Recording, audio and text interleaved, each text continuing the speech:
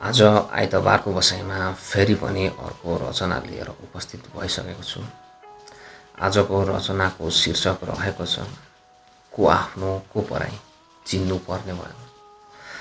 म यसलाई वाचन गर्ने कोसिस गर्दछु। रचना यसरी सुरु हुन्छ।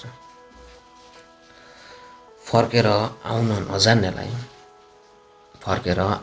नजान्नेलाई कुरेर बसिँदैन हेर। फर्केर आउन नजान्नेलाई कुरेर बसिँदैन हेर। अब आफ्नो लागि आफै समय किन्नु पर्ने भयो।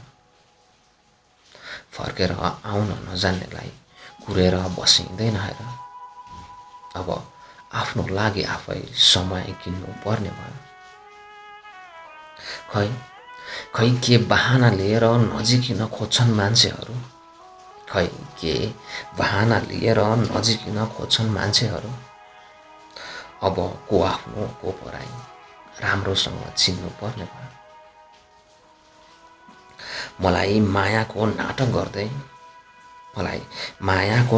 गर्दै रमाउँछौ हजारौँसँग। मलाई मायाको नाटक गर्दै रमाउँछौ हजारौँसँग। मेरो माया कुन श्रेणीमा परेछ भने अब गिन्नु पर्ने भयो।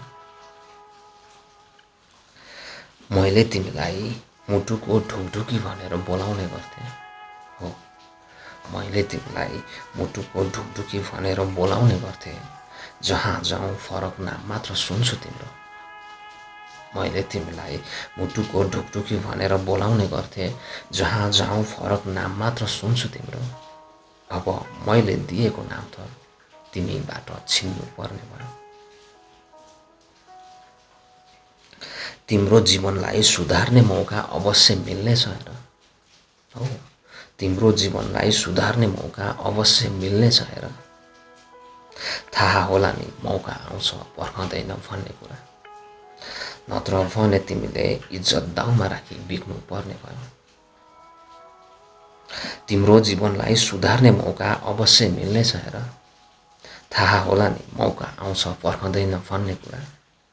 नत्र भने तिमीले इज्जत दाउमा राखी बिक्नु पर्ने भयो। फर्केर आउन नजान्नेलाई कुरेर बसिँदैन हेर। अब आफ्नो लागि आफै समय किन्नु पर्ने भयो। खै के बहाना लिएर नजिकिन खोज्छन् मान्छेहरू। अब को आफ्नो को पराई राम्रोसँग चिन्नु पर्ने भयो। अब को आफ्नो को पराई राम्रोसँग चिन्नु पर्ने भयो। धन्यवाद। तपाईहरूले यसभन्दा अघिल्लो हप्ता प्रस्तुत गरिएको कस्तो मान्छे म शीर्षकको रचना सुन्नु भएको छैन भने यो भिडियो गएर हेर्नुहोला। म त्यहीँ भेटिनेछु।